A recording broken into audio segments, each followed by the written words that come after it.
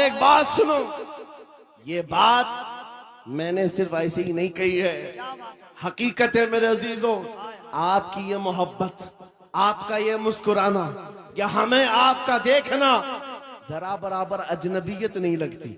ऐसा नहीं लगता कि नए लोगों में बैठे हैं, बल्कि हमारी पुरानी मुलाकात लगती है। ये मोहब्बत और ये अजमत आपके दिलों में किसने डाला है? कौन है जो हमें इस जमीन से लाकर इस मिंबर तक पहुंचाया है? वही कुव्वत इश्क है। हुजूर की बात करो, हर दिल पे राज करो। वाह वाह वाह वाह वाह। हुजूर की बात करो, हर दिल पे राज करो। नारे तकबीर, नारे रिसालत।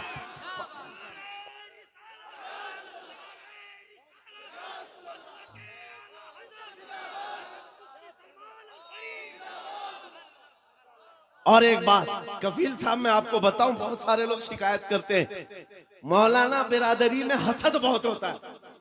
ये बहुत सारी जगह शिकायत हुई है, कोई किसी की कबूलियत नहीं देखता या एक दूसरे की टांग पकड़ते हैं। वल्लाह मैं कह रहा हूं, वल्लाह कह रहा हूं, इतने जलसों में एक भी आलिम को हसद करते हुए मैं आसपास देखा ही नहीं।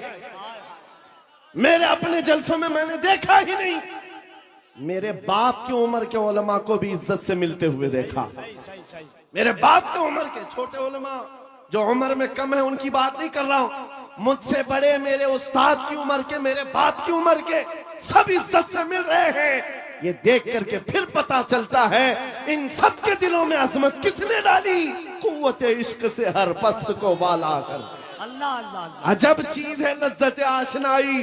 या रसूल अल्लाह, जब तक बिके न थे तो कोई पूछता न था, तुमने खरीद कर हमें अनमोल कर दिया।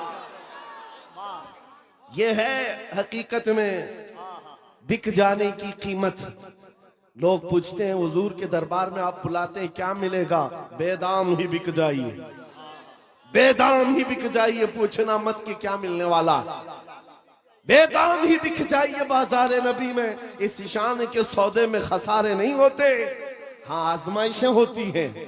हाँ एक बात ये भी समझ करके चलो कि हुजूर पाक की वफादारी और उनकी गुलामी में आने के बाद ऐसा नहीं कि रोज हलवा पराठा मिलता रहेगा, रोज जो है मुरगन ग़िज़ाएं खाने की और आराम से जीने की जिंदगी आसाइशों के साथ मिलेगी, ये जरूरी नहीं। हुजूर के गुलामों को आजमाया भी जाएगा और ऐसा आजमाया जाएगा, आम लोगों को नहीं, हुजूर के गुलामों को। कभी तो उनको जेल की सलाखों के पीछे रखा जाए, कभी तो उनको फांसी के फंदे तक भी पहुंचाया जाए। जो जितना बड़ा आशिक है उतना ज्यादा वो मुसीबतों से गुजारा जाता है, लेकिन जो सच्चा आशिक होता है वो दायम कायम रह जाता है।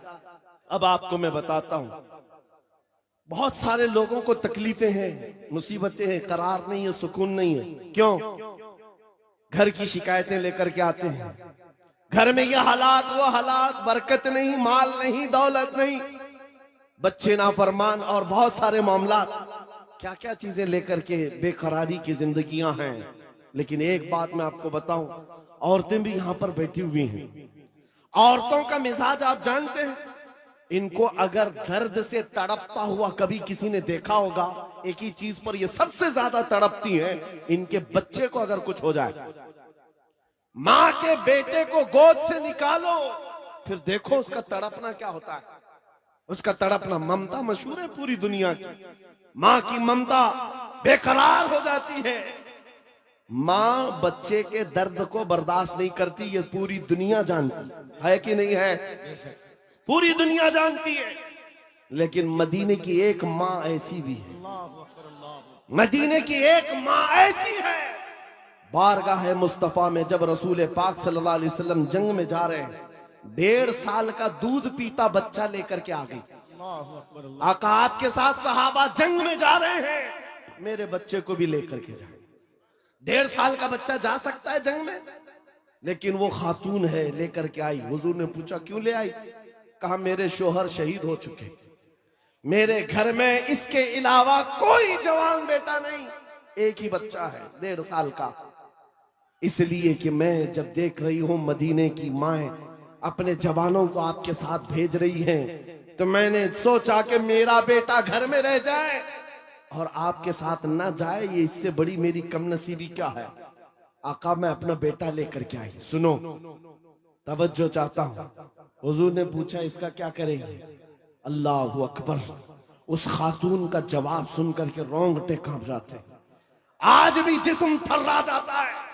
खातून ने कहा आका पता है मेरा बच्चा तीर और तलवार नहीं चला सकता, जंग में लड़ तो नहीं सकता, लेकिन आका मेरे इस बच्चे को आप किसी सहाबी के हाथ में दे दें, जब दुश्मनों की तरफ से तीर चले मेरा बच्चा ढाल के काम तो आ सकता है।